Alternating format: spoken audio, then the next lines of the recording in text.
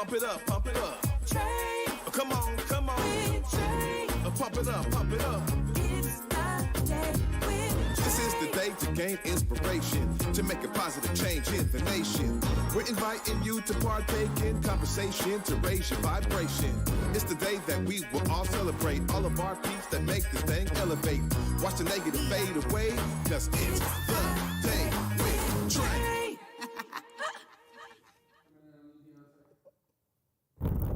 Hey everybody, happy Friday and welcome to The Day with Trae. I am your guest host, Deuante.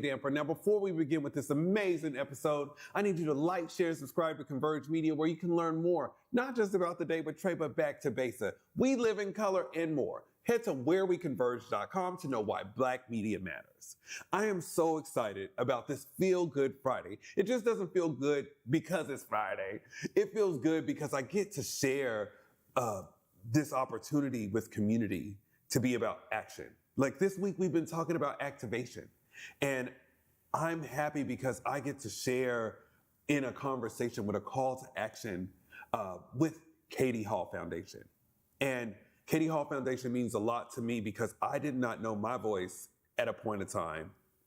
And the foundation, along with who I'll be speaking with today, really helped me get the passport to my future by teaching me how to pivot, trusting my voice, but above all else, answering the call.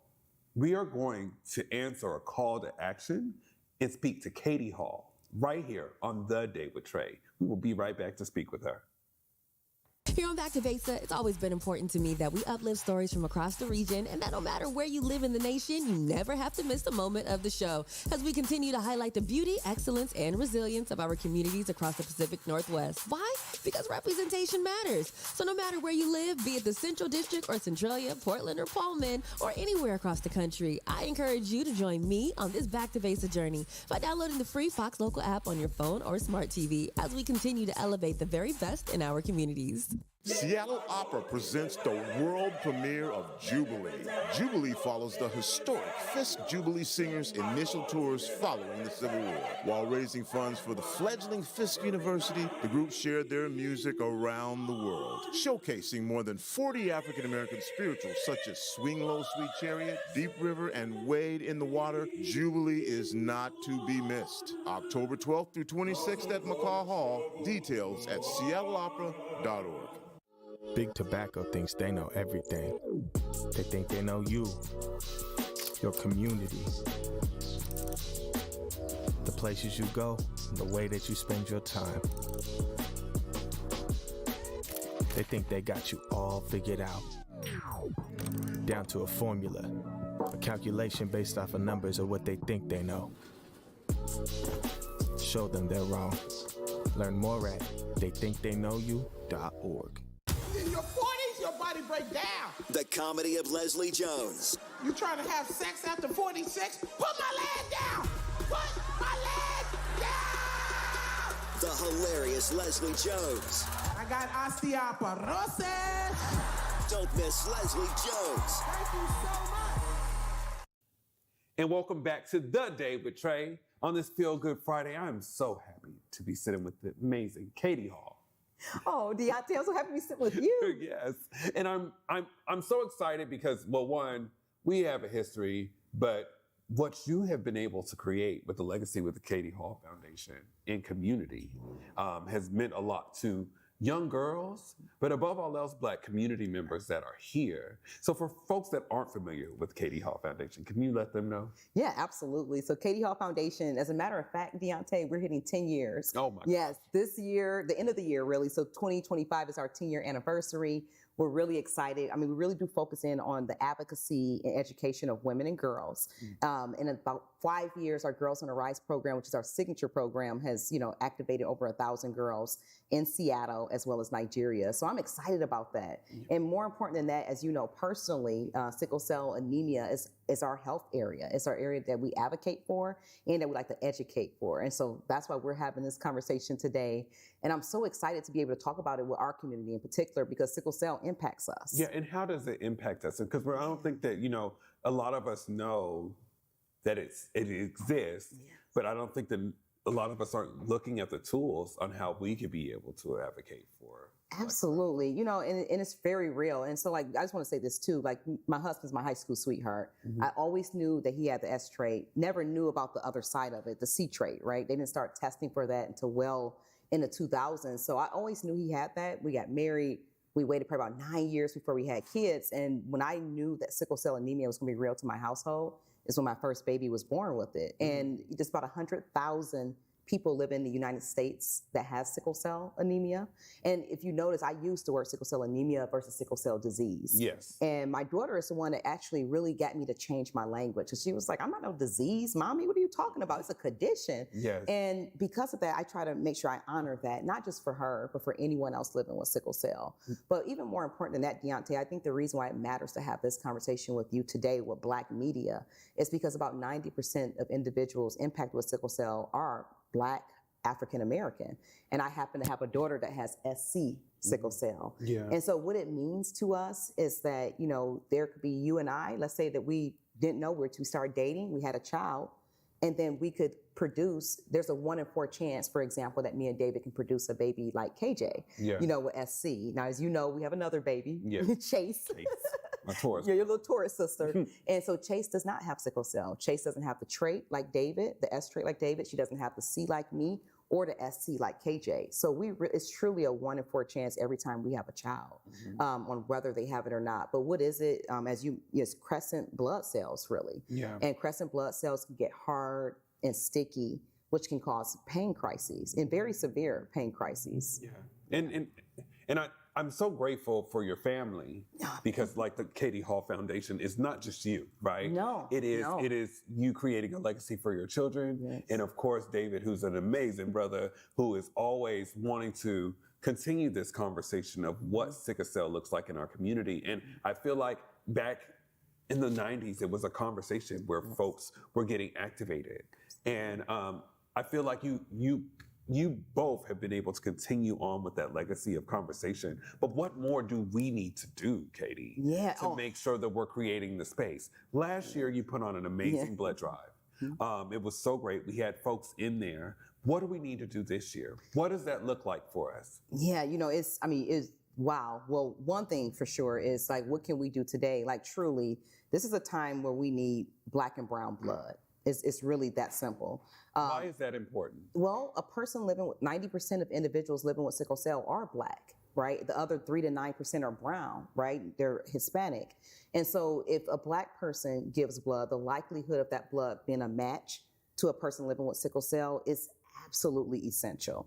Now, and so keep in mind, I'm speaking broadly, okay, because there's different types of sickle cell too. We don't probably have the time to dig into all of that, but I would really encourage people, anyone that's Black, anyone that's brown, and even if you're not Black or brown, you never know who your kids or your grandkids may end up mating with. It's very important for you to understand that there's different types of sickle cell. I never knew I had the C trait until I had KJ. So I was almost 33 years old when I found out that I had the C trait, right? Yeah. And so why is that important to us?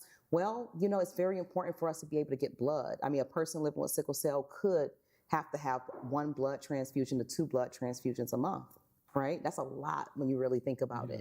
Thankfully, KJ hasn't had that. Another thing you brought up is what else can we do to activate? It's education and honestly giving funds to organizations like Katie Hall Foundation or the Sickle Cell Task Force. We both advocate and we both bring education to it. Why is funding important?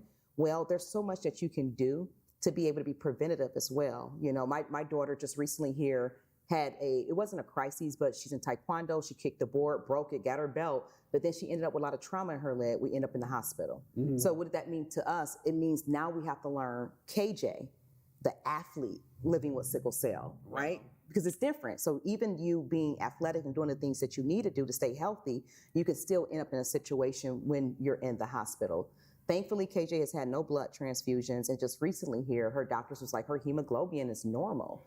How did we make that happen? Honestly, it took a lot of work. It's herbs, it's knowing KJ, it's knowing her triggers, it's being able to be preventative with food. So it's so much that we can do, but I think in the immediate, our blood drive, we will take anyone's blood and everybody's blood. Yeah. We got 45 slots open. Please sign up. Yeah. If you're Black, white, if you're Asian, sign up and give blood, period. And another thing that I was reading about a little bit too was like our Latinx community members are also impacted too. They are. And that's the reason why we really do need individuals to sign up to give blood, because if 90% are Black, about 3 to 9% are, like you said, Hispanic, we need individuals to give blood. Because even if you go give blood, you may not be able to actually give blood, right?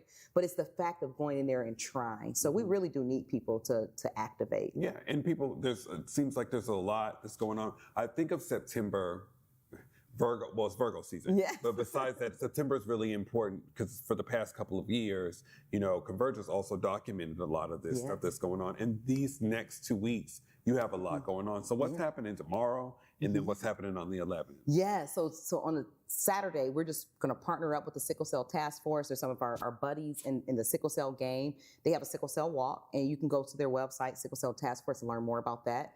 Sickle Cell Walk is an amazing way to connect with community. Also learn about donors, being a blood donor. Also, not just being a blood donor, but also just donating. Because individuals with sickle cell, there's cures out there now. There's always been different types of cures, but CRISPR in particular. So I think that people should tap in and see how they can help.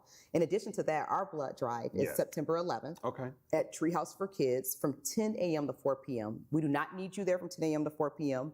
You actually need to sign up in advance. And so that way you sign up for your own personal slot. You get between 30 to 45 minutes. You go through the entire system of being registered. You give blood, and then we have you stay for at least 15 to 20 minutes. Make sure you have some food in your system so you're okay to leave out. So it's so important that we get people to sign up for that in particular, Black people, Latinx people, Hispanic people. We need people to sign up of color, because even if you go, you may not be able to give blood, but at least you will know. Yeah, at least you will know, and we're one step closer to creating a solution for someone else who needs it. Absolutely. And I really hope, before we get out of here, I do want you to do me a favor, look in that screen and let people know what we need to do to get activated. Absolutely. Oh, Deuante, I love interviewing with you, but truly, Seattle community, in particular, this is a personal one for me. I work behind the scenes and in front of the scenes with a lot of projects. And this is a personal one that I'm asking for your help to come out. Now, I'm from Detroit. I'm always repping the D, but KJ's one of yours. She's born and raised in Seattle, and she's a Seattleite. So when you think about individuals like KJ, she's 9 years old, she's an athlete, and others who may not be able to be as athletic that have sickle cell, we need blood, and we need your blood in particular. So I'm asking the community, call to action, to come out and support us in this blood drive. I know there's a lot of stigmas around Black folks giving blood. If you have stigmas around it, come to our 1 hour virtual online conversation about sickle cell and learn a little bit more about that too. But if you don't give blood, who will? If you don't give blood, who will? I love that. And before we get out of here, I do want to just say to you, I appreciate you. I appreciate you in the work that Katie Hall Foundation has done. But even I want to make sure that we're going to make sure we post that flyer up there so people can see. And can you give us those dates one more time? Absolutely. So the blood drive is September the 11th. From 10 a.m. to 4 p.m. Come out to the Treehouse for Kids building. You have to register in advance. And from there, 30 minutes of your time, 45 minutes at the most. And then we also have a virtual panel that day. Visit our website, please, katiehallfoundation.org, and you can register directly through our website. Mm-hmm. And, above that, too, as I was about to say, you are a person that taught me how to pivot when I first started doing the work in community. And if I never learned what that may have looked like through the adversities, through all of those things, I would have not known how to get activated in my community. So, this event, as well as where we're at now, on a personal note, that means the world to me to even be interviewing you now. You were there with my first interview, and I was so nervous. And you did so well. Right, but I just want to thank you so much just for being my sister out in community and in my sister outside of that space. Yes. So I appreciate you. KJ, we got you. We gonna be there. And thank you so much for coming today. Oh, love you, Deuante. Thank you so much. I love you. And we are gonna take one more break, and we will be back with The Day with Trae.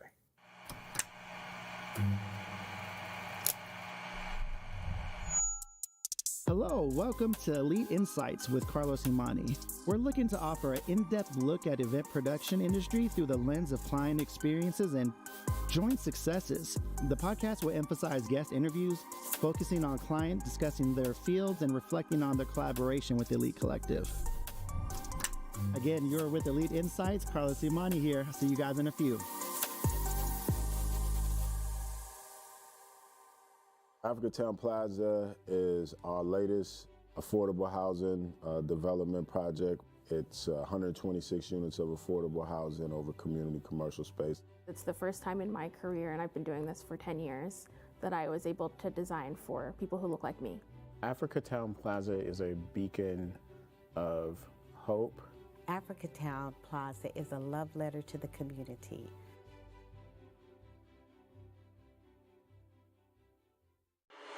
You on my mind a lot, don't need no time watch. I don't know how I got you in my pocket spot. Yeah, this babe, need you every day. You seem like the barging down, got my heart no barging in. From the bed to the floor to the couch, might wake the neighbors up, but you in and break you out. In the end, we gon' make a child. Then we gon' hit the show. Part 2, we don't need no pause. You misty, we gon' get tipsy, don't need a power slide. Copy my steel, face the fact that, copy my steel, face the fact that. Okay, and welcome back to The Day with Trae. What a great week. But today, I think with Katie coming in, I'm inspired. And I hope that you are too. There's been so many different calls to actions and getting activated. But we had Katie Hall come in here on this Friday because we're talking about our babies here. If we are not investing in our babies, and even earlier this week with a young girl talking about mental health, we need to continue to be activated in figuring out what we can do to be a part of the solution. Now, on Monday, Trae will be back. I ain't gonna tell you where she's gonna be at, but it's gonna be a very important space. We're gonna be somewhere all week, and I can't wait to watch The Day with Trae, and I can't wait to see y'all all next week. Thank you for tuning in, and remember, walk with love. Have a good weekend.